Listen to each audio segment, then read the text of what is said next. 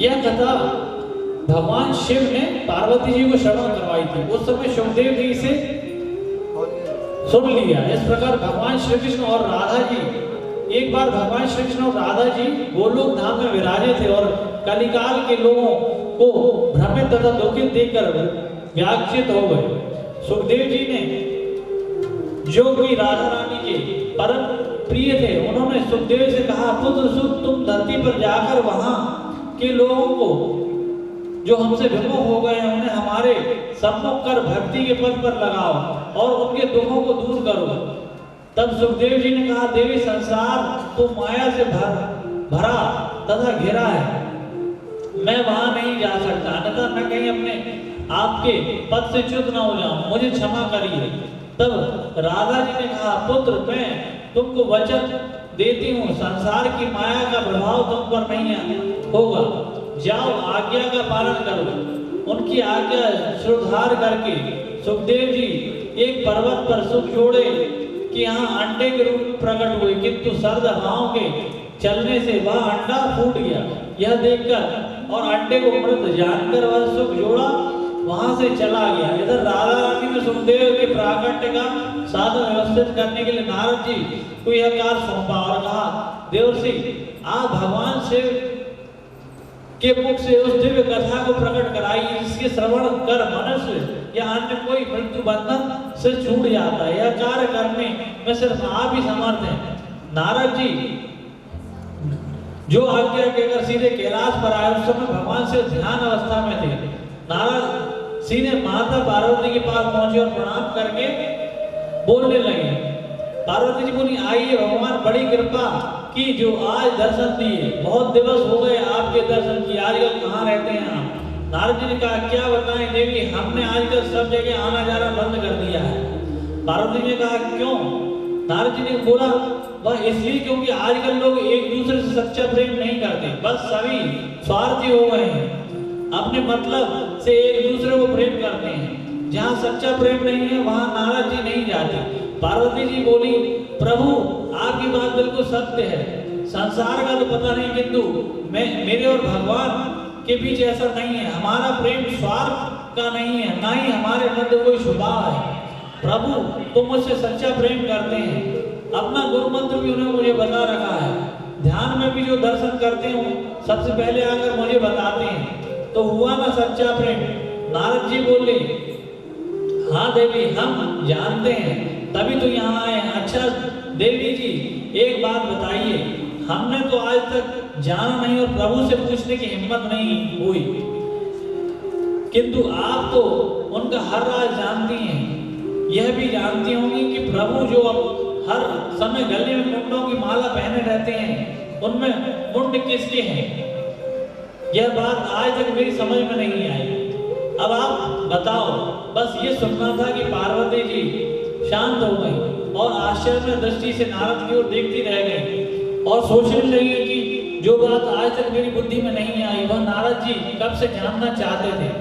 नारद जी बोले, क्या हुआ देवी, बताइए, वह मुंड किसके हैं? राक्षसों के, प्रेतों के, भूतों के, मनुष्यों के, किसके हैं? पार्वती जी बोली, देवर्षि क्षमा करना, ये बात तो मैंने कभी पूछी नहीं और प्रभु ने कभी बताई नहीं। मुंडमाला वह क्यों पहनते हैं और उसमें लगे मुंड किसके हैं? बस यही तो नारद जी चाहते। नारद जी वहां से चले गए। देवी इस प्रकार, अरे हरदम तो जो मुंडमाला पहने रहते हैं उनके बारे में आपसे छुपा रखा है, हमसे बड़ी गलती हो गई जो हम यहाँ आ गए। इस प्रकार नारद जी वहां से रवाना हो गए। नारायण नारायण कहते हुए नारद जी चल दिए। उन्हें प्रणाम, रास्ते में भगवान शिव मिले, उन्हें प्रणाम करके नारद जी ने कहा, प्रभु, मैं तो आपके दर्शन के लिए आया था, किंतु आप मिले नहीं, चलिए अब आपके दर्शन हो गए, मैं धन्य हुआ। आपको माता याद कर रही है, शीघ्र जाइए। भगवान से बोले, हाँ नारद, तुम आए हो तो अवश्य याद करती होंगी। भगवान शिव पार्वती जी के पास पहुंचे। पार्वती जी कुछ न बोली और प्रभु के लिए भोजन लगाया, पंखा लेकर हवा करने लगे। भगवान भोजन करने लगे, बार बार पूछते पर भी कुछ नहीं कहते। प्रभु के भोजन करने के बाद स्वयं भी भोजन किया और चरण दबाने लगी। देखो कोई आम स्त्री होती तो खाना खिलाने की बजाय लड़ने झगड़ने लगती, पहले लड़ती फिर खाने पीने की छुट्टी, मतलब लड़ो खूब इस प्रकार। परंतु माता ने उनको भोजन खिलाकर चरण दबाने लगी। चरण दबाती पार्वती ने शिव जी से पूछा, शिव जी ने पूछा, देवी अब तो बताओ क्या बात है। पार्वती बोली, प्रभु आप मुझे प्रेम करते हो। शिव जी ने बोला, हाँ पार्वती कितना। शिव जी बोले, देवी ये कैसा प्रश्न है। पार्वती मैंने जो पूछा आप उसका जवाब दीजिए। शिव जी बोले, अतुल्य, जितना किसी से नहीं करता।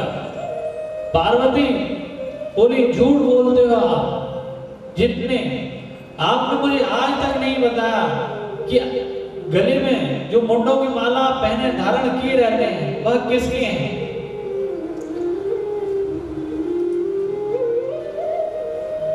कृपा करके बताइए इसका रहस्य। भगवान शिव ने जैसे ही मुंडमाला के विषय में पूछे गए प्रश्न को सुना, उन्होंने नेत्र बंद कर लिए और मुख की मुस्कान कहीं खो गई।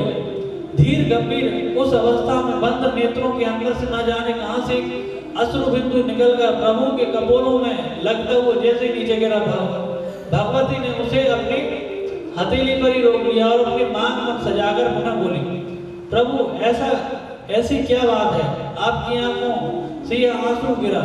भगवान शिव अपनी स्थिति को संभालते हुए बोले, देवी तुम कहती हो हम तुमसे प्रेम नहीं करते, किंतु हमारे प्रमाण तुम देखना चाहती हो तो वह मुंडमाला ही है। तुम जब जब दुष्टों की सेना का नाश करके भक्तों को आनंद देने के लिए प्रकट होती हो और पुनः अपना शरीर त्याग देती हो, उस समय मैं तुम्हारे उस शीश को अपनी इस माला में पिरो लेता हूँ, उसे अपने हृदय से लगाए फिरता हूँ। मैं तुमसे कितना प्रेम करता हूँ यह मुंडमाला उसका प्रमाण है। और तुम कहती हो कि मैं कपटी हूँ। देवी पार्वती भगवान को देखती रह गई और थोड़ी देर बाद स्वयं को संभालते हुए बोली, प्रभु ऐसी बात नहीं है, क्यों, लेकिन आपने ऐसा क्या कर रखा है कि मैं तो मरती हूँ पर आपकी मृत्यु नहीं होती। राम बोला जाएगा तो वह तोता भी राम राम कहेगा, और यदि वह अपशब्द सुनेगा तो वह अपशब्द ही बोलेगा। वह पार्वती के स्वयं में ही हूँ शब्द बोलने लगा और पार्वती सो गई। भगवान शिव कथा कहते रहे। इस तरह कथा पूर्ण हुई और भगवान ने जयकारा किया और पार्वती के नेत्र भूल गए। तब वह बोली, प्रभु उद्धव के प्रश्न पर श्री कृष्ण ने क्या कहा। भगवान शिव बोले, क्या कहा, मतलब नहीं दिखाई दिया। कबूतर का जोड़ा तो किसी क्षेत्र में छुपा हुआ था, किंतु शुक शावक भगवान के पीछे था, और जैसे ही शिव जी के पीछे घूमकर देखा तो वह पक्षी दिखाई दिया। भगवान शिव को क्रोध आया, क्योंकि शुक ने वह कथा चोरी से यानी पीछे से सुनी थी और जो नियम विरुद्ध थी, और वह त्रिशूल लेकर उसे मारने दौड़े। शिव जी को आता देखकर वह शुक पक्षी बड़ी वहां से तीव्र गति से भागा और उड़ते उड़ते बद्रिकाश्रम में सामप्राश के स्थित व्यास जी की पत्नी के जमाई लेते समय उनके मुख में प्रवेश कर गर्भ में स्थापित हो गया। शिव जी उसे कहीं न पाकर लौट गए। यह भगवान शिव की लीला थी, शुक को योग्य स्थान पर पहुंचाने के लिए। और जाकर पार्वती से कहा, देवी यह कथा अब प्रचलित हो गई है, इसलिए यह मनुष्य को भवसागर को पार तो कराएगी और प्रभु के धाम पर अवश्य पहुंचाएगी, पर अमर नहीं करेगी। बस तभी से यह कथा सबका कल्याण कर परम धाम की प्राप्ति करा रही है। भगवान शिव भगवती उमा आदि के साथ पुनः कैलाश लौट आए और शुक पक्षी व्यास जी की पत्नी के गर्भ में वास करने लगे। समय बीतता रहा और जब 1 वर्ष बीत गया तो व्यास जी चिंतित हुए। उन्होंने बालक से गर्भ में ही पूछा, पुत्र तुम बाहर क्यों नहीं आ रहे हो, तुम्हारी माता को कष्ट हो रहा है, बाहर आओ। सुखदेव जी बोले, नहीं मैं बाहर नहीं आ सकते। ऐसा सुनकर व्यास जी ने कहा, क्यों बाहर आने में क्यों नहीं चाहते। सुखदेव जी बोले, मैं नहीं बाहर आऊंगा, क्योंकि अगर बाहर आऊंगा तो संसार की माया मुझे घेर लेगी, इसलिए मैं बाहर नहीं आ सकता। व्यास जी, पुत्र तुम बाहर आओ, तुम्हें माया नहीं घेरेगी, मैं वचन देता हूं।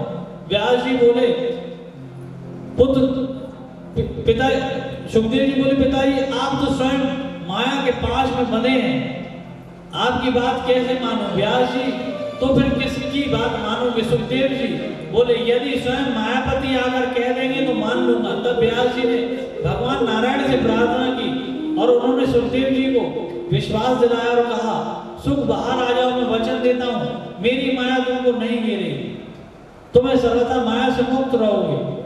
अब मेरी बात मानकर बाहर आ जाओ, जिससे माता की पीड़ा दूर होकर हो जाए।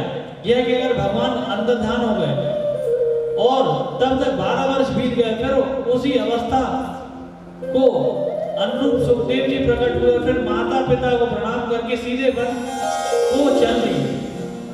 माता पिता ने बहुत रोका किंतु सुखदेव जी नहीं रुके।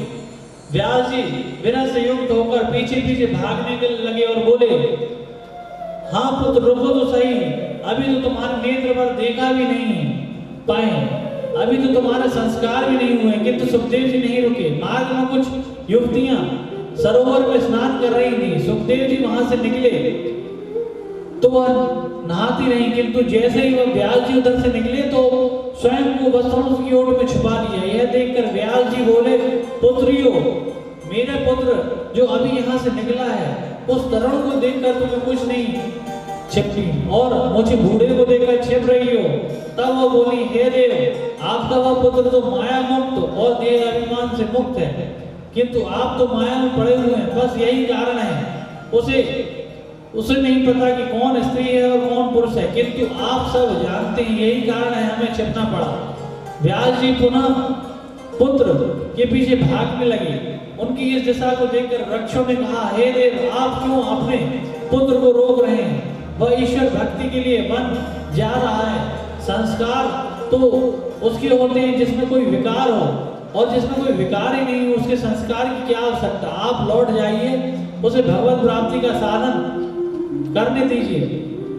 वृक्षों की बात सुनकर व्यास जी पुनः अपने आश्रम लौट आए और सुखदेव जी भी अखंड ब्रह्म की समाधि में लग गए। इस प्रकार वह कथा और स्वयं सुखदेव भगवान शिव के द्वारा ही दिए गए, इसलिए शिवदम यह कथा सभी जीवों का कल्याण करने वाली और 3 प्रकार के तापों का विनाश करती है।